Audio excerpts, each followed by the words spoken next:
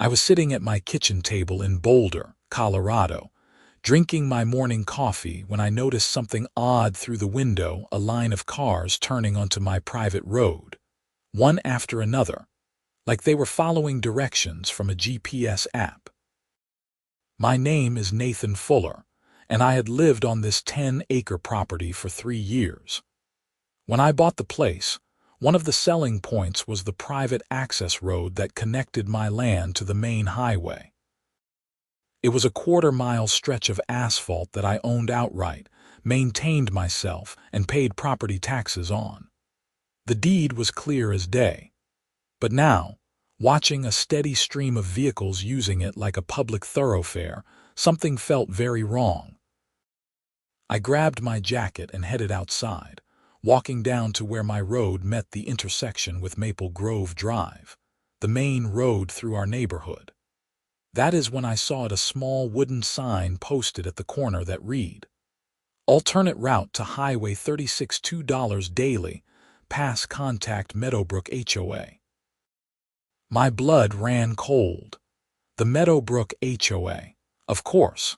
I lived just outside the Meadowbrook subdivision, specifically because I did not want to deal with an HOA. My property predated their development by 15 years. When the developers built Meadowbrook 5 years ago, they created their own road system. But apparently, my private road offered a much shorter route to the highway, cutting about 10 minutes off the commute. I pulled out my phone and took several photos of the sign, then noticed a small QR code at the bottom. Curious, I scanned it. It directed me to a payment portal on the Meadowbrook HOA website, where residents and visitors could purchase daily, weekly, or monthly passes to use community alternate routes. My road was listed as Meadowbrook Shortcut Lane. They had even given my road a different name.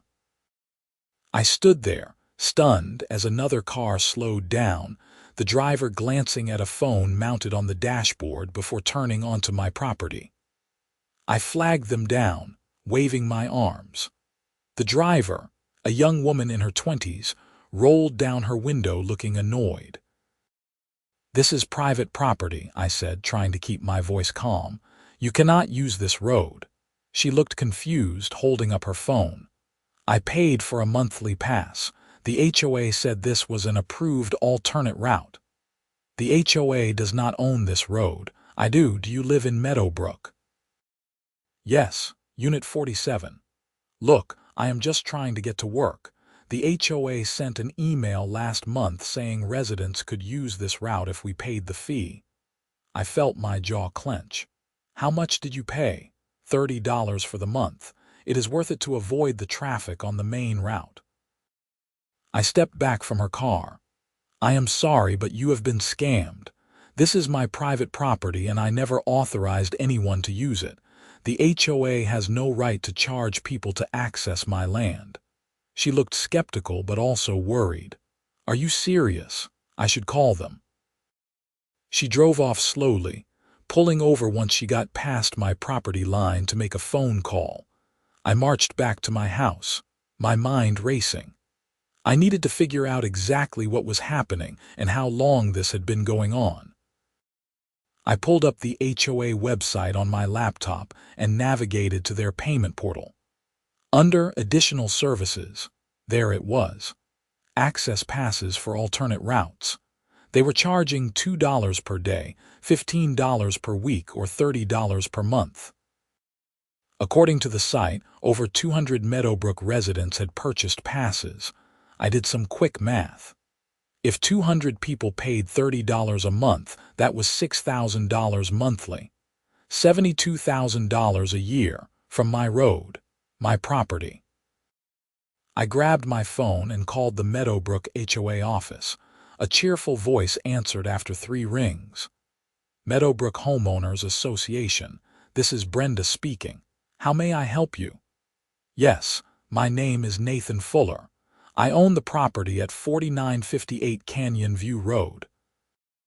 I need to speak with someone about the access passes you are selling for my private road."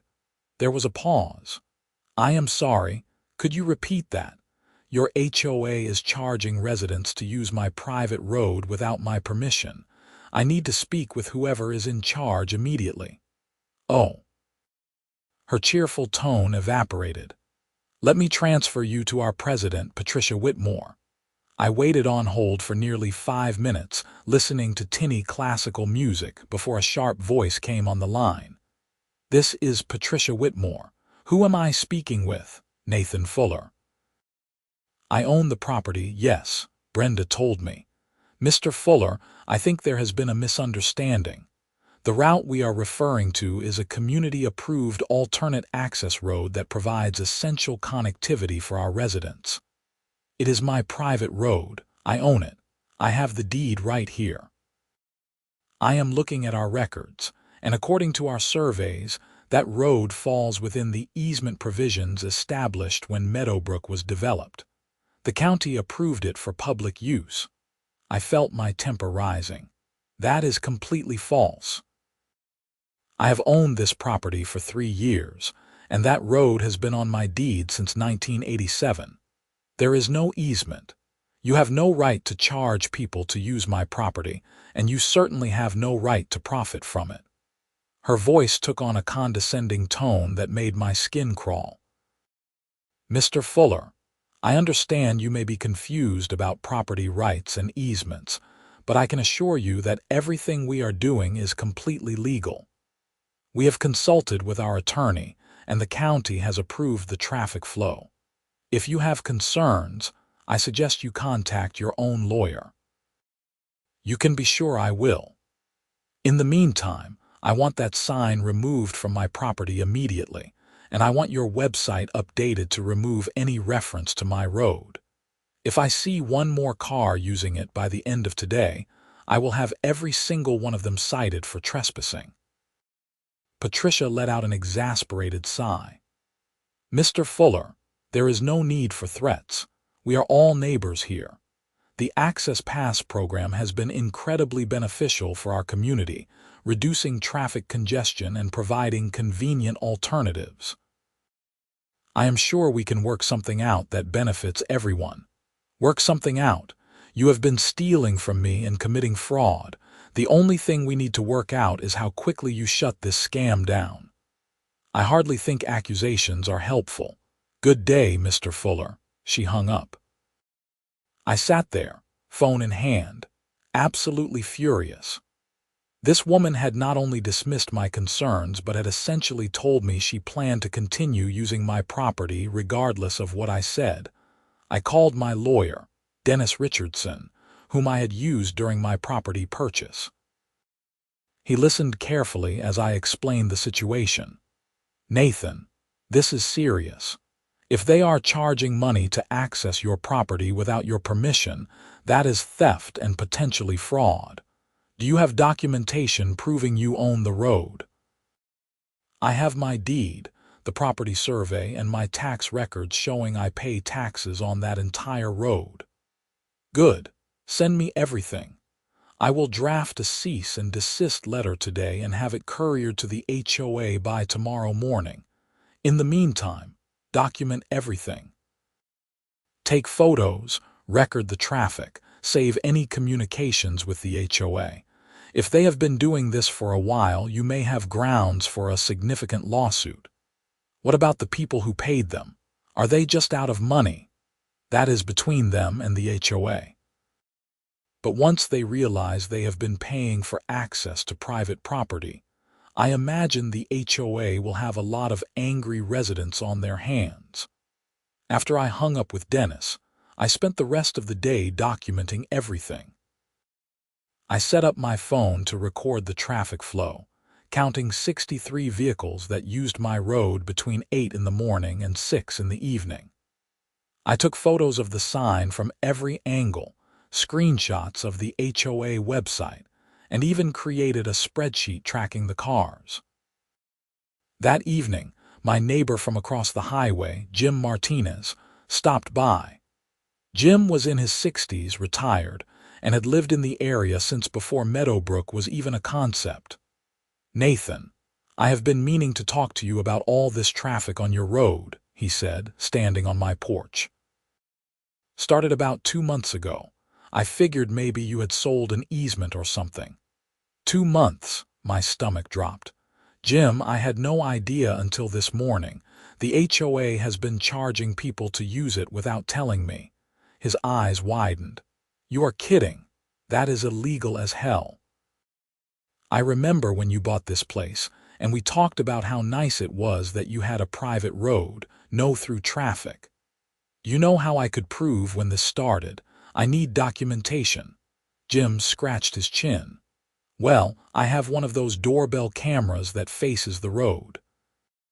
It keeps footage for 60 days. You are welcome to look through it. That footage turned out to be invaluable. Jim helped me export the recordings, and we could clearly see that the heavy traffic pattern started exactly 8 weeks ago, on a Monday morning. Before that, my road saw maybe 1 or 2 cars a week, usually delivery trucks that took a wrong turn. The next morning, Dennis called me with an update. I had the cease and desist delivered to the HOA office at 9 this morning. I also sent copies to every board member we could identify.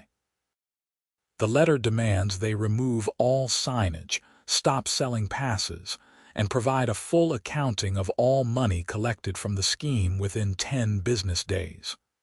What do you think they will do? Honestly, they will probably ignore it and hope you go away. These HOAs can be incredibly arrogant, especially when they have a lawyer telling them what they want to hear.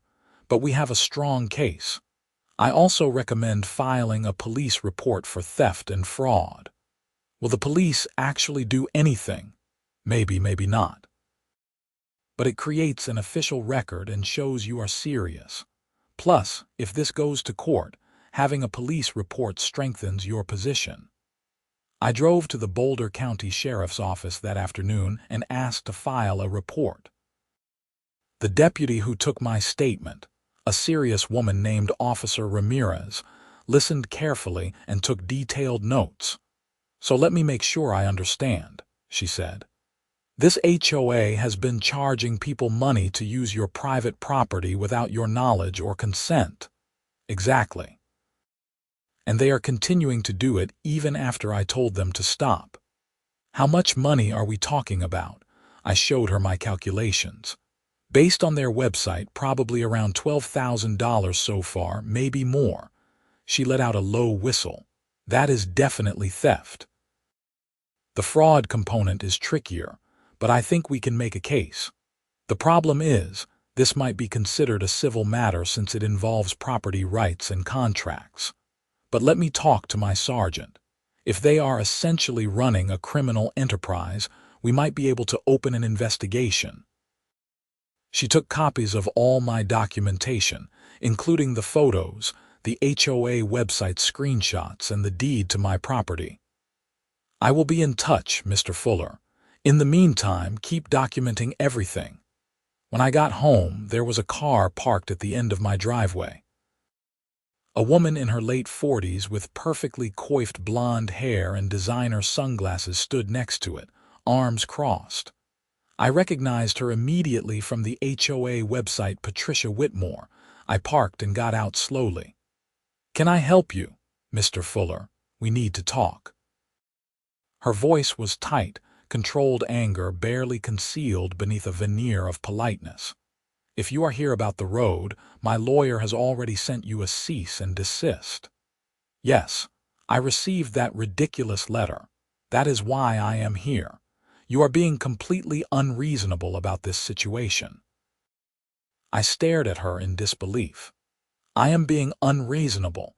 You have been charging people to use my property and pocketing the money. We have not been pocketing anything. Those fees go directly into the HOA operating fund to pay for community improvements and services. I do not care what you use it for. It is my property. You have no right to it. Patricia stepped closer, her face hardening. Listen, Mr. Fuller, I have been president of this HOA for 4 years. I have built Meadowbrook into one of the most desirable communities in Boulder County. Our property values have increased 23% since I took office. Part of that success is because we provide superior amenities and services, including convenient access routes. Convenient access routes on someone else's property. That is called trespassing and theft. She waved her hand dismissively. You are blowing this completely out of proportion. We are talking about a road that sits empty 99% of the time anyway. What difference does it make if our residents use it? You are not losing anything. I am losing control of my own property. I am losing privacy. And apparently, I am losing money since you are profiting from something you do not own. If money is the issue, perhaps we can come to an arrangement. The HOA could pay you a licensing fee for the use of the road. I shook my head. No, I do not want your money. I want you off my property, now and permanently. Her expression turned cold. You are making a big mistake. This community has resources and connections you cannot imagine. If you push this, you will find yourself in a very long, very expensive legal battle. Is that a threat? It is a reality check. My husband is a senior partner at Bennett, Caldwell & Rhodes, one of the largest law firms in Colorado. We have the resources to tie you up in litigation for years. Even if you eventually win, it will cost you everything you have. I felt my hands clench into fists, but I kept my voice steady. Get off my property. If I see you here again without permission, I will call the police. Patricia smiled, but it did not reach her eyes. You will regret this, Mr. Fuller. She got in her car and drove away, making a point to use my road to exit the property. That evening, I got a call from Dennis. Nathan, I just got off the phone with the HOA's attorney, Marcus Bennett. He is claiming they have an implied easement based on historic use patterns and necessity. That is insane. There is no historic use. This started 2 months ago. I know, I told him that. But he is arguing that because your road connects to public roads on both ends, it meets the criteria for a public right-of-way under Colorado state law. Does it? No. The law he is citing does not apply here at all. Your road is clearly private, maintained by you, and explicitly listed as such on your deed. He is trying to intimidate you with legal jargon. Patricia came by earlier and threatened to bury me in legal fees. Dennis sighed. I was afraid of that. Marcus Bennett is known for being aggressive and ruthless. But Nathan, you have a solid case. If you want to fight this, I am with you. Just understand it might get ugly. I am not backing down. They are stealing from me. Good. Then here is what we do next. We file a lawsuit for trespassing, theft, fraud, and unjust enrichment. We also file for an injunction to immediately stop the HOA from allowing any traffic on your road. With the documentation you have, I think we can get that injunction pretty quickly. Over the next week, things escalated rapidly. Dennis filed the lawsuit and the motion for an injunction in Boulder County District Court. The HOA responded by filing their own lawsuit, claiming that my attempts to block the road created a public safety hazard and violated their residents' rights to reasonable access.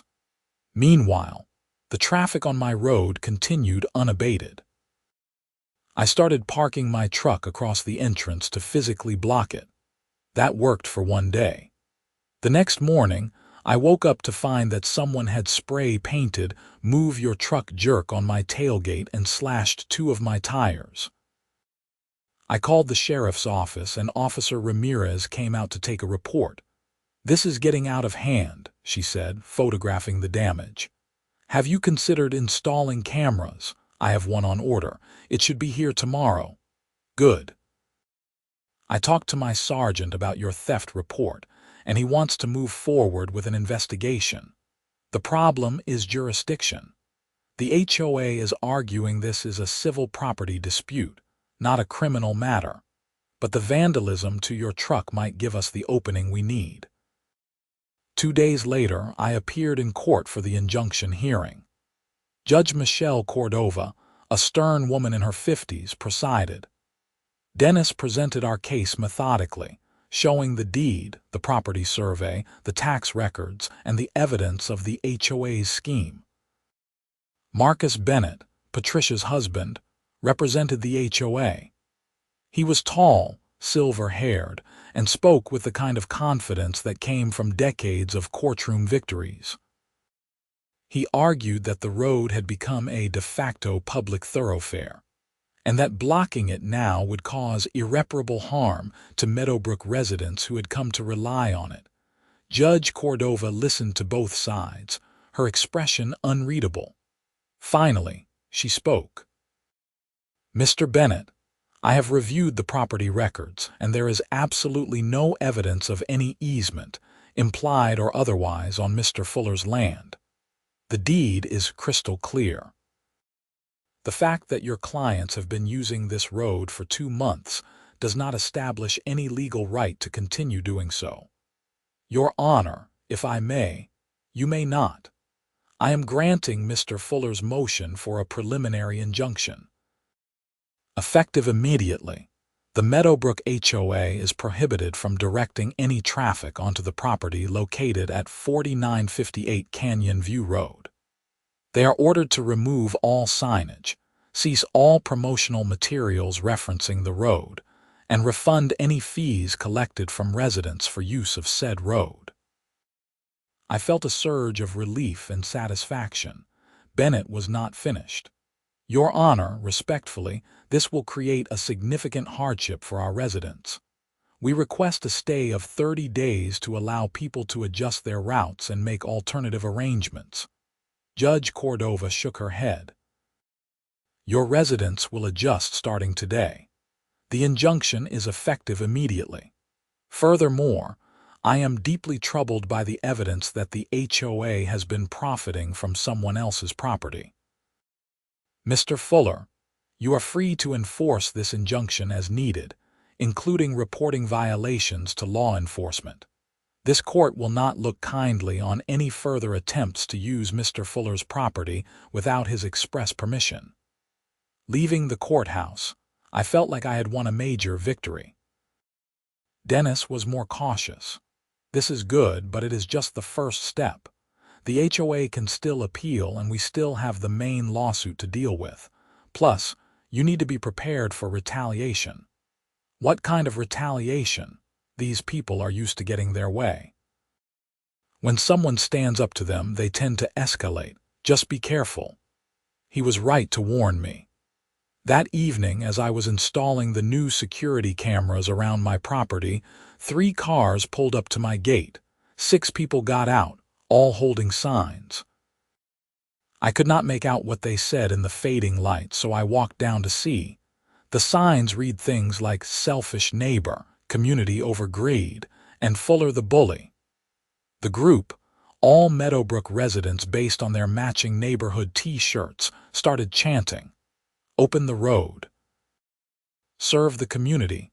Open the road." I stood there, amazed at the audacity. "You all need to leave. This is private property."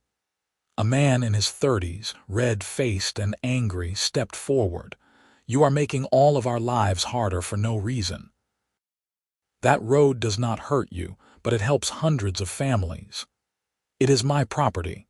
I did not give anyone permission to use it, and the HOA has been stealing from all of you by charging fees for access they do not have the right to grant." A woman next to him scoffed. "We do not care about the fees. We care about getting to work on time. You are costing people jobs. Then take it up with the HOA for creating this mess in the first place. They are the ones who lied to you." The protest continued for another 20 minutes before the sheriff's deputies arrived. Officer Ramirez was among them. "Folks, you need to disperse. This is private property and you are trespassing." The group reluctantly left, but not before several of them took photos of me and my house, posting them on social media with hashtags like "Fuller the Bully" and "Bad Neighbor." Over the next 2 weeks, my life became increasingly difficult. Someone posted my phone number online, and I started receiving dozens of harassing calls and text messages daily. My email was flooded with angry messages. Someone left a dead animal on my porch. My mailbox was knocked over 3 times. But the worst part was the constant surveillance. Cars would drive slowly past my property, sometimes stopping to take pictures or videos. People would shout insults from the road. One night, someone threw a brick through my living room window with a note attached, "Move or else." I reported every incident to the sheriff's office, and my security cameras captured most of it. Officer Ramirez assured me they were building a case, but it was a slow process. Meanwhile, the HOA was not giving up. Despite the court order, I noticed that some cars were still using my road, apparently believing they could get away with it if they were quick. I started keeping a log of every license plate, which I forwarded to Dennis and the sheriff's office. 3 weeks after the injunction, Dennis called with an update. The HOA filed an appeal, which we expected. But here is the interesting part: several Meadowbrook residents have filed a class action lawsuit against the HOA for fraud. They paid for access passes and want their money back, plus damages. How many residents? Last count, about 75 families. It is being led by a woman named Jennifer Torres. She is pretty angry, says the HOA lied to everyone about having the rights to your road. This was an unexpected development, but a welcome one. If the HOA was being attacked from both sides, they might finally be forced to accept reality. A few days later, I got a call from an unknown number. I almost did not answer, given all the harassment, but something made me pick up. "Is this Nathan Fuller?" A woman's voice, sounding tired and stressed. "Yes. Who is this?" "My name is Jennifer Torres. I live in Meadowbrook, Unit 115. I am one of the people who paid for a pass to use your road. I want to apologize." I was taken aback. "You do not need to apologize." "You did not know." I should have known. I should have questioned it when the HOA announced they had this new shortcut. It seemed too good to be true. My husband and I paid $90 for 3 months. We were told it was completely legitimate, that you had agreed to it. "They told you I agreed?" "Yes. Patricia sent out an email saying that you were a wonderful neighbor who wanted to help reduce traffic congestion in the area. That is why I feel so terrible. We have been trespassing on your property, thinking we had permission." I sighed. "You were lied to. The HOA is responsible, not you." "I know, but I still want to make it right. That is actually why I am calling. Some of us are organizing, trying to get Patricia and the rest of the board removed. We have been digging into HOA finances, and the road scheme is not the only sketchy thing they have been doing." "Really? What else?" "There have been unexplained expenses, contracts awarded to companies owned by board members' relatives, all kinds of conflicts of interest. We are collecting evidence to present at the next board meeting. I was hoping you might be willing to speak, tell your side of the story." I thought about it. Part of me wanted nothing to do with Meadowbrook or its internal politics. But another part realized that this might be the best way to end the whole mess. "When is the meeting?" "Next Thursday at 7. It is at the community center on Willow Lane. I will be there." The following Thursday, I drove to the Meadowbrook Community Center, a modern building with glass walls and expensive landscaping. The parking lot was packed, cars spilling out onto the side streets. Clearly, this was a well-attended meeting. Inside, the main room was set up with rows of folding chairs facing a long table where the 5-member HOA board sat. Patricia was in the center, looking composed but tense. The room was filled to capacity, at least 200 people, and the energy was electric. Jennifer Torres met me at the door. She was in her mid-30s, professional looking with dark hair pulled back in a ponytail. "Thank you so much for coming. We are going to call you during the open forum section."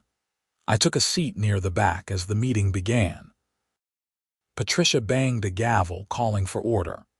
"Good evening, everyone. We have a full agenda tonight, so let us keep things moving.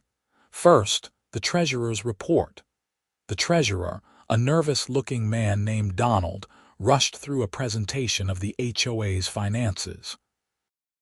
The numbers seemed fine on the surface, but several people in the audience immediately raised their hands with questions. Why did landscaping costs increase by 40% this year? Can you explain the $15,000 payment to Whitmore Consulting? What happened to the reserve fund? Donald fumbled through his answers, clearly unprepared for the scrutiny. Patricia tried to move things along, but the crowd was not having it. Finally, Jennifer stood up. "Madam President, I move that we suspend the regular agenda and address the issue of the fraudulent road access scheme." A chorus of "second" rang out from multiple people. Patricia's face tightened. "That matter is currently in litigation and not appropriate for discussion at this meeting." "Actually, it is very appropriate," Jennifer countered. "You used HOA funds to set up this scheme, charged residents fees under false pretenses, and exposed us all to legal liability. We deserve answers." The room erupted in agreement. Patricia tried to maintain control, but it was clear she had lost the crowd. "Fine," she said sharply. 5 minutes for discussion." Jennifer smiled. "I would like to invite Nathan Fuller to address the board." I stood up, and a wave of whispers rippled through the room. I walked to the front, very aware of all the eyes on me. "Thank you for letting me speak. My name is Nathan Fuller, and I own the property at 4958 Canyon View Road. About 2 months ago, the HOA began directing traffic onto my private road and charging residents for access. I never gave permission for this. I never even knew about it until I saw the traffic and found the sign the HOA posted." Patricia interrupted. "Mr. Fuller, as I have told you repeatedly, we believed we had the legal right to use that route based on nothing." I cut her off. "There is no easement. There is no agreement. There is no legal right whatsoever. A judge agreed with me and issued an injunction against the HOA. But more importantly, you charged people money for something you had no right to provide. That is fraud." The room was silent now, everyone listening intently. I have calculated that the HOA collected at least $12,000 from residents for these access passes. That money was taken under false pretenses. Many of you paid $30 a month thinking you were getting a legitimate service. Instead, you were paying to trespass on my property. Angry mutterings spread through the audience. People turned to glare at Patricia and the board. "Furthermore," I continued, "since the court injunction, I have documented over 50 violations of people still using my road.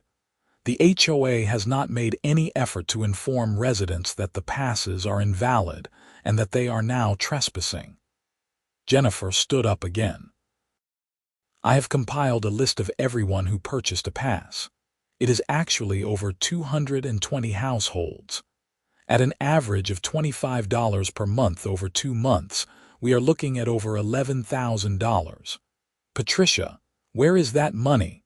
Patricia's composure finally cracked. "That money went into the operating fund as it should have. We provided a service and we charged a reasonable fee." "You provided illegal access to someone else's property," Jennifer shot back. "That is not a service. That is a crime." The room exploded with people shouting questions and demands. The other board members looked panicked, clearly realizing how bad this situation had become. One of them, a woman named Susan, raised her hand for quiet. "I think we need to acknowledge that mistakes were made." Perhaps the board should vote to refund all access pass fees and formally apologize to Mr. Fuller. Patricia looked at her with betrayal in her eyes. That is completely unnecessary. We acted in good faith based on legal advice. What legal advice? Someone shouted from the audience. Show us the documentation. Patricia hesitated. That is privileged attorney-client information. Translation: there is no documentation because you never actually got proper legal advice, Jennifer said. You saw an opportunity to generate revenue and took it without doing your due diligence. I spoke up again. There is something else everyone should know.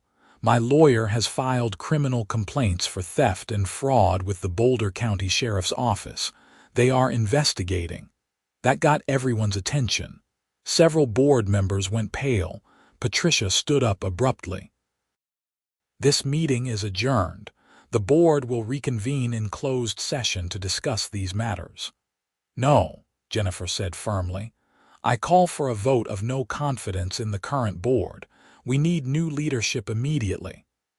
That is not how this works, Patricia said. You cannot just, actually, according to our bylaws, 25% of homeowners can petition for a special election to recall board members. I have signatures from 38% of households. Jennifer held up a thick stack of papers. We are calling for a special election to be held within 30 days. The meeting descended into chaos after that. Patricia tried to regain control but failed. Eventually, she and the other board members retreated to a back office while the residents continued to argue and debate. Jennifer came over to me. Thank you for speaking. I think we finally got through to people. What happens now? We push for the special election, get new board members in place, and then we clean house. The HOA needs to refund everyone, apologize to you, and probably fire its attorney for giving such terrible advice. A man approached us, introducing himself as Roger Chen, one of the residents who had been part of the protest at my house. Mr. Fuller, I owe you an apology. I was one of the people with a sign. I believed what Patricia told us, that you were just being difficult. I see now that we were all being manipulated. I appreciate that, I said. I know this is not easy for anyone. Over the next few days, the situation within Meadowbrook continued to unravel. Several local news outlets picked up the story after someone leaked it to the press. Headlines like HOA accused of fraud scheme and residents demand refunds after illegal road access scam appeared in the Boulder Daily Camera and on local TV news. The publicity put even more pressure on the HOA board. Within a week, 3 of the 5 board members resigned, leaving only Patricia and Donald. They tried to continue operating, but the residents were in open rebellion, refusing to pay dues until the matter was resolved. Then one morning, Officer Ramirez called me. Nathan, I wanted to give you a heads up. We have gathered enough evidence to move forward with criminal charges against Patricia Whitmore and the HOA. We are filing charges for theft, fraud, and criminal trespass. Really? What changed? A combination of things. The amount of money involved crosses the threshold for felony theft in Colorado. We also have evidence that Patricia personally diverted some of the road access fees into a separate account that she controlled, which suggests embezzlement. And the continued violations of the court injunction demonstrate a pattern of criminal behavior, not just a civil dispute. When will charges be filed? The district attorney is reviewing everything now, probably within the next week. I just wanted you to know so you are prepared. This is going to get even messier before it is over. She was right. When the news broke that criminal charges were being filed, it was like a bomb went off in Meadowbrook. The remaining board members immediately hired a criminal defense attorney. Residents held emergency meetings to discuss the HOA's future. And Patricia went into full denial mode, giving interviews to local news claiming she was being persecuted for trying to help her community. The special election happened 3 weeks later. An entirely new board was elected, led by Jennifer Torres as president. One of their first acts was to pass a resolution formally apologizing to me and authorizing refunds for all road access fees. They also voted to terminate their contract with Marcus Bennett's law firm. The new board reached out to Dennis to see if we could settle our lawsuit. After some negotiation, we agreed on a settlement where the HOA paid me $25,000 in damages and reimbursed all my legal fees. In exchange, I dropped the civil suit, though the criminal case continued. Patricia Whitmore was arrested in early June. The sight of her being led out of her house in handcuffs made the front page of the local paper. She was charged with felony theft, fraud, and embezzlement. The district attorney alleged that she had stolen over $30,000 from the HOA over 2 years through various schemes, including the road access scam. Her husband, Marcus Bennett, faced professional consequences as well. The Colorado Bar Association opened an ethics investigation into his conduct, specifically whether he had knowingly assisted in his wife's fraudulent activities. While he maintained he had no idea what Patricia was doing, several emails surfaced showing he had advised her on how to structure the road access program in ways that would be harder to challenge legally. The criminal case moved slowly through the system. Patricia pled not guilty and tried to fight the charges, but the evidence was overwhelming. In addition to my documentation, the district attorney had financial records showing exactly where the money went, testimony from dozens of Meadowbrook residents who had been defrauded, and even recordings of HOA board meetings where Patricia discussed the road access program. By September, facing the reality of a trial she could not win, Patricia accepted a plea deal.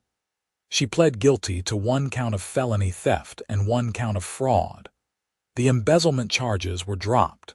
She was sentenced to 2 years in prison with 1 year suspended, plus 5 years of probation.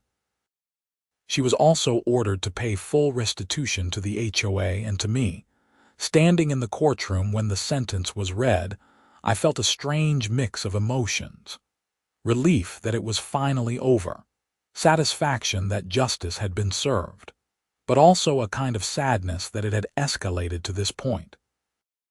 If Patricia had just responded reasonably when I first contacted her, none of this would have happened. After the sentencing, Jennifer Torres approached me in the hallway. "Thank you for not giving up. A lot of people would have just let it go rather than fight." I could not let them get away with it. It was not about the money. It was about principle. I understand, and I want you to know that the new board has voted to erect a plaque at the community center acknowledging what happened and committing to ethical, transparent governance. We are calling it the Fuller Accountability Pledge. I laughed. You do not need to do that. We want to. What happened here was a wake-up call for everyone. We got complacent, let someone with a strong personality take control and did not ask enough questions. That can never happen again. In the months that followed, life gradually returned to normal. The traffic on my road disappeared completely. I reinforced my gate and kept the security cameras running, but there were no more incidents. Meadowbrook settled down under its new leadership, focusing on legitimate community improvements rather than questionable money-making schemes. I did use some of the settlement money to pave my road properly and install better drainage. Ironically, after everything that happened, I ended up improving the very road that had caused so much trouble. But it was mine to improve on my terms for my use. One afternoon in late October, I was working in my garage when a car pulled up. I tensed, old habits kicking in, but relaxed when I saw it was Roger Chen, the man who had apologized at the board meeting. "Nathan, I hope I am not bothering you," he said, getting out of his car. "I wanted to drop this off." He handed me a basket filled with homemade preserves and baked goods. "What is this for?" A lot of us in Meadowbrook wanted to do something to thank you. "I know things got really ugly, and we made your life difficult for a while. This is just a small way of saying we are sorry and we appreciate you standing up for what was right." I was genuinely touched. "You did not have to do this. We wanted to. There are actually about 50 of these baskets. Different families made different things. Jennifer is organizing delivery over the next few days. Consider it a peace offering from the neighborhood." Over that week, I received visits from dozens of Meadowbrook residents, all bringing gifts and apologies. Many of them shared stories about their own experiences with the old HOA board, problems they had faced, complaints that were ignored, and questionable decisions that had gone unchallenged. It became clear that the road scheme was just the most visible example of a much deeper problem. As winter approached, I found myself in an unexpected position. The new Meadowbrook board asked if I would be willing to serve on an advisory committee to review their financial practices and ensure proper oversight. I was hesitant at first, given everything that had happened, but Jennifer convinced me it would help rebuild trust and prevent future problems. So I agreed, spending a few hours each month reviewing HOA budgets and policies. It was not glamorous work, but it was important. And in a strange way, it helped me feel like something positive had come from the whole ordeal. I also became something of a local expert on HOA fraud and property rights. I was interviewed by several news organizations, spoke at a conference on community governance, and even helped a few other people who were dealing with similar issues in their own neighborhoods. It was not something I had ever planned to become involved in, but the experience had given me knowledge and perspective that could help others. The physical reminders of what happened gradually faded. The spray paint on my truck was removed. The broken window was replaced. The knocked-over mailbox was rebuilt stronger than before. But the lessons remained. I learned that standing up for yourself is not always easy or popular. That doing the right thing can come with real costs, from damaged property to harassing phone calls to stressful legal battles. But I also learned that backing down in the face of bullying and theft only encourages more of the same behavior. I learned that communities are only as good as their leadership, and that residents have a responsibility to hold their leaders accountable. The people of Meadowbrook were mostly good, reasonable individuals. They had been misled by someone they trusted, someone who was supposed to represent their interests, but who was actually serving her own. And I learned that the legal system, for all its flaws and frustrations, can work when you have clear evidence and are willing to fight. It took time, money, and effort, but in the end, justice was served. On Christmas Eve, I was sitting on my porch watching the snow fall when I noticed a figure walking up my road. As they got closer, I recognized Jennifer Torres, bundled up against the cold. "Merry Christmas," she called out. "I hope you do not mind the intrusion." "Not at all. Come on up." She climbed the porch steps and handed me a card. "This is from the whole community. We wanted you to have it before the holiday." I opened it to find a hand-drawn card with signatures from what looked like hundreds of people, Meadowbrook residents thanking me and wishing me well.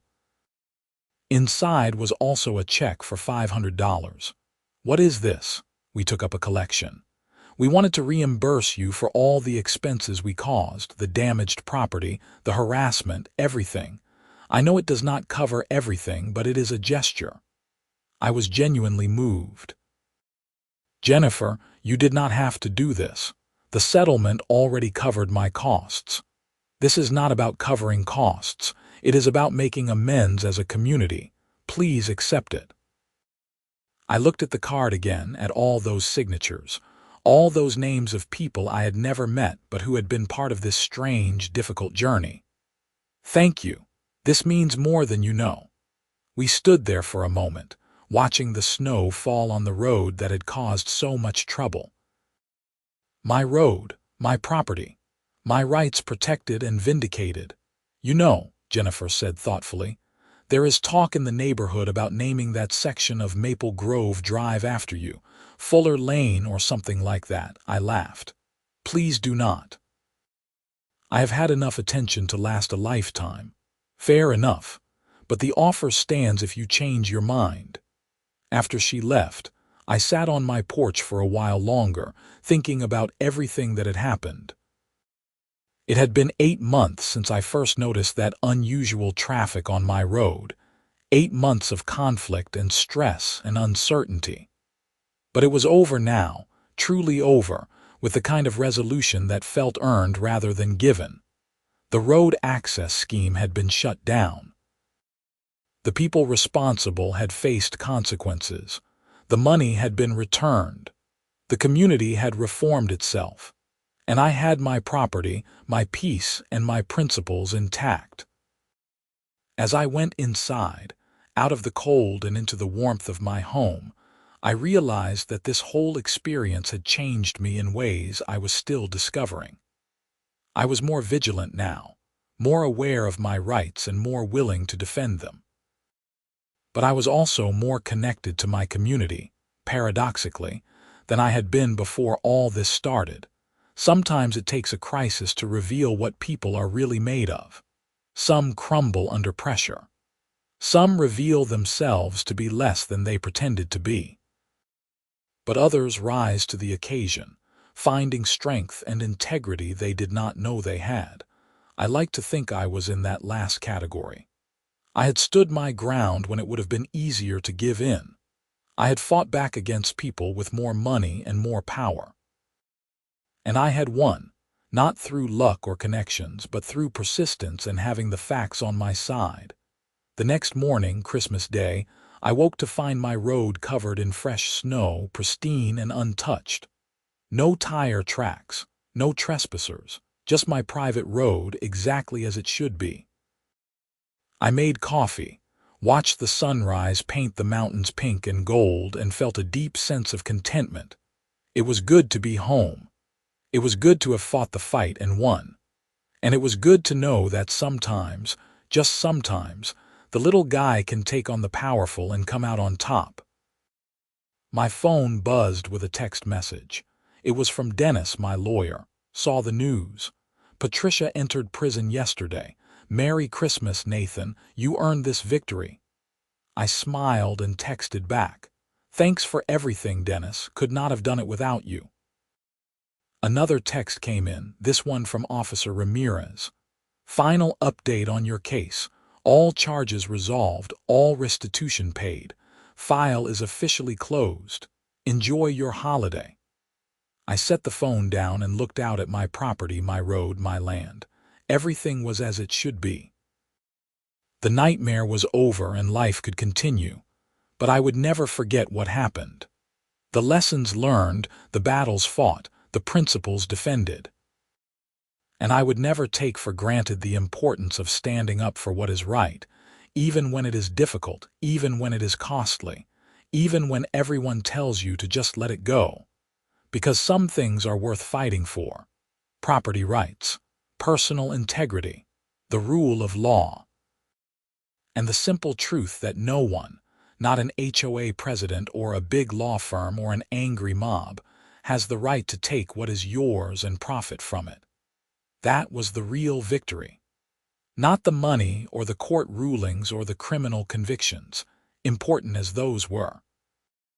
The real victory was knowing I had not backed down, had not compromised my principles, had not let injustice stand unchallenged. As the sun rose higher and the snow began to melt in the morning warmth, I felt a profound sense of peace. The story was over. The fight was won. And life, finally, could return to normal. My road, my rules, my rights. Protected and defended. That was all I had ever wanted.